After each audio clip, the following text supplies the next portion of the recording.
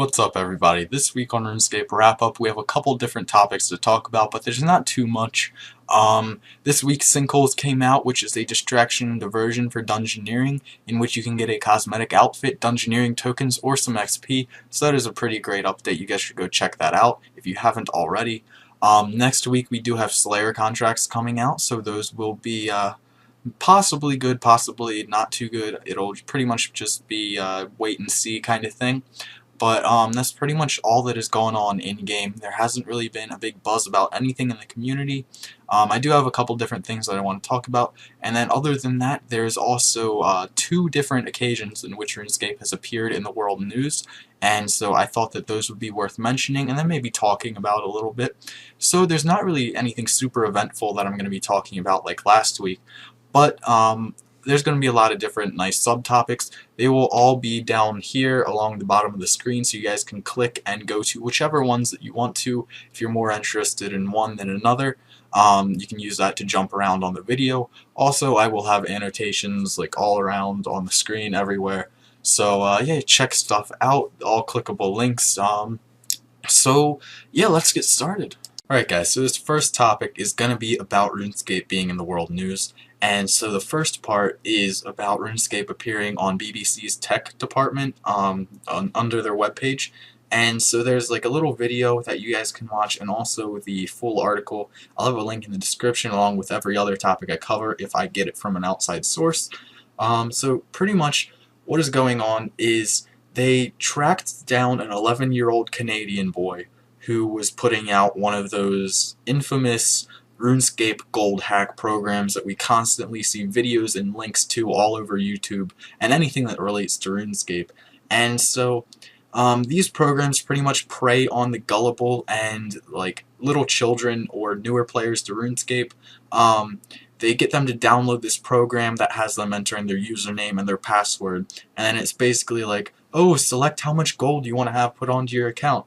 And so all it really does is it steals their username and password, sends it back to the creator of the program, and then they can log into the account and hack the person. So, you know, it's a pretty simple thing. It's just preying on the gullible.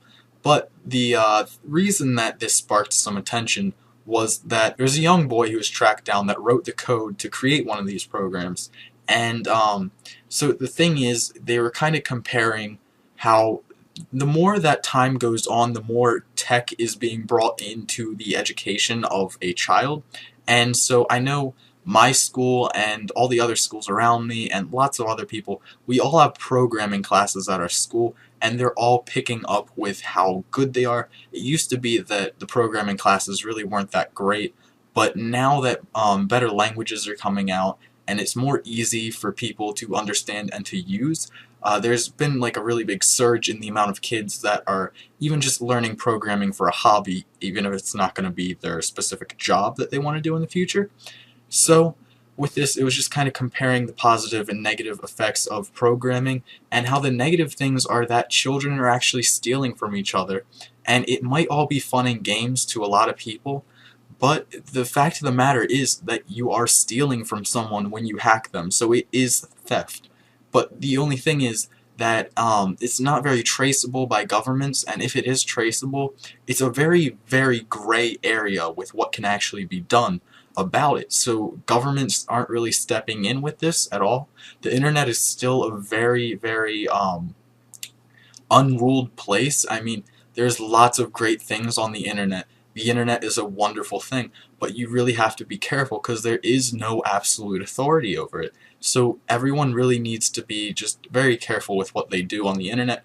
And the big thing about this is just that children are learning how to program, and with children being taught how to program, there is not enough of the reinforcement of the values and basic principles of just being a good person and good programming practice, and just the fact that yes, you have the power to do something, but that doesn't mean that you can do it. So quickly, my perspective on this, and I am in a Programming 3 class at my school. Each programming class is 2 semesters, so I'm fairly well into programming, and I plan on doing it as a profession along with getting a business degree, so I'm pretty well into programming. And I would have to say that there are a lot of people that just aren't being taught that yes, you have the power to do something, but that doesn't mean that you can do it. And a lot of people just don't have respect for other people anymore, and that's really something that stems from not technology, but actual just human interaction and the way that people are raised and a lot of other different factors that is more of sociology and not necessarily just technology and it being able to do things. Um, so with that, you just kind of have to think about technology is advancing so quickly and there's so many things that we can do with it. But the question is humanity really ready for all the things that technology has to offer? Personally, I think that you can't limit the way in which people innovate and technology grows. It's a natural thing. But there are a lot of people that say, oh, the human race is not ready for a power like this yet, so we need to keep that away from them. And so this is stemming into a lot of a larger issue than just something about RuneScape and a game and then people hacking each other. This is very much into humanity itself, how humans interact with one another, and our thought process, and different things like that. So it's just kind of something that we have to be aware of, and I guess long story short, if you guys are into programming, play by the rules, be safe, don't do anything that could get you in trouble, because with the internet, everything is carved into stone. You might think that when something gets deleted off of somewhere, it's gone forever, but really anything that you put out on the internet or do on the internet is etched into stone. Expect if you do something that your employer, when you go into a job interview, your employer is going to look at that and say, you did this when you were 16 or when you were 18 or something like that, and they're going to say, well, why did you do that? Do I want you working for me? And you have to be very careful with what you are doing on the internet. Okay guys, so this next topic, I seem to have misplaced the link to the actual web page for it, so I'm just going off of memory from like last Tuesday or Monday maybe. I'm not really sure the exact date that I saw this, but there's an Australian court that is currently analyzing the Squeal of Fortune to see if it is gambling with minors. And so, I mean, really this is not that big of a deal. Come down to it, it's just, no matter what happens, it's really not going to be that big of a deal. However, the fact that there is a court who is analyzing it is just kind of like a step in a direction that maybe there is a possibility in which other courts might follow suit depending on how this case goes. So if there is actually an American or a UK court that follows up with this, it could mean trouble for the Squeal of Fortune in RuneScape. I do not think that it would do anything like bankrupt Jagex or anything even remotely to that nature. Some people I saw were talking that this is going to put Jagex out of business or something. But this is not really going to do too much of anything. The biggest thing that I can see happening is them removing Squeal of Fortune, or more than likely, if something does happen from this, they are simply going to remove the option to buy spins. And personally, I have kind of grown to be tolerant of the Squeal of Fortune. I mean, I enjoy getting the XP lamps off of it, but that's about it. I loathe the fact that you can buy spins. It's not as big now because they did lower the rate at which you get XP lamps from the Squeal of Fortune, so there's not as much XP, but when it first came out, people were easily buying XP. I mean, Fishy bought most of his max cape with just real world trading, so there's a lot of things that are just terrible about being able to buy spins, but overall, there may be some changes to how that system is working depending on the ruling of the Australian court. Like I said, I don't think that Australian court is going to do anything, but if there are several courts all around the world that also follow up with what the Australian court does, then we might see some changes. But more than likely it's just going to be brushed off as it is just a little video game that no one really cares about. So I feel like it's going to be put on the back burner, but something might happen with it, so it's just kind of something to pay attention to. Okay guys, so a major topic right now is that right now as I speak, SUOMI is 2 XP off of hitting 5 bill total XP. later on this month, either the 20th or the 21st. I'm not sure which one. I may have misheard it, so I don't want to put it out there like officially. Either the 20th or the 21st, though, he is going to be hitting 5 bill total XP. And in a video that he put out with commentary, he said that he has something special planned with Jagex for it, but they don't want him to talk about it too much, so he'll talk about it at a later date. Which, the first thing that popped into my mind was, how awesome would it be if when he hit 5 bill total XP they released a new skill? It just kind of seems like he's kind of that type of guy that would kind of enjoy that.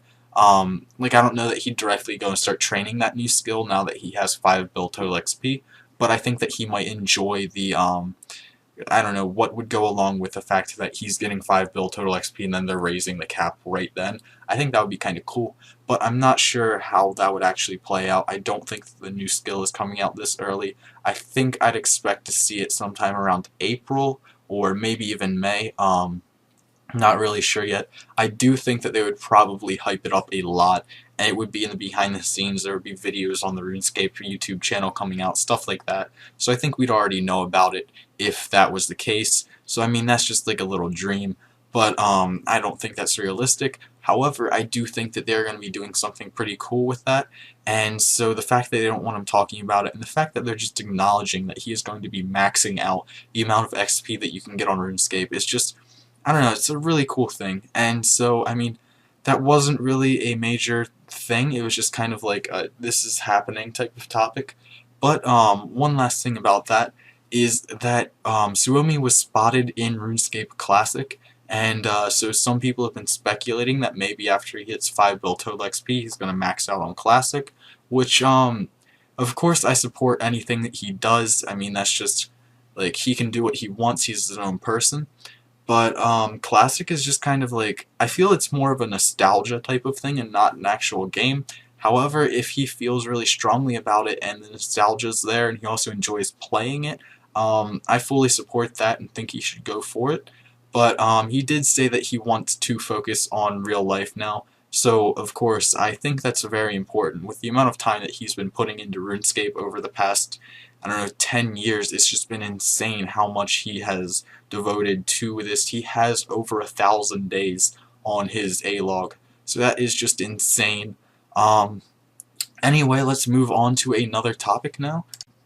Okay guys, so the last topic of this video is whether or not Jagex should put in a marketplace type of thing instead of just the Grand Exchange. There was a rumor that along with another quest, the Elven Lands would be getting their own version of the Grand Exchange.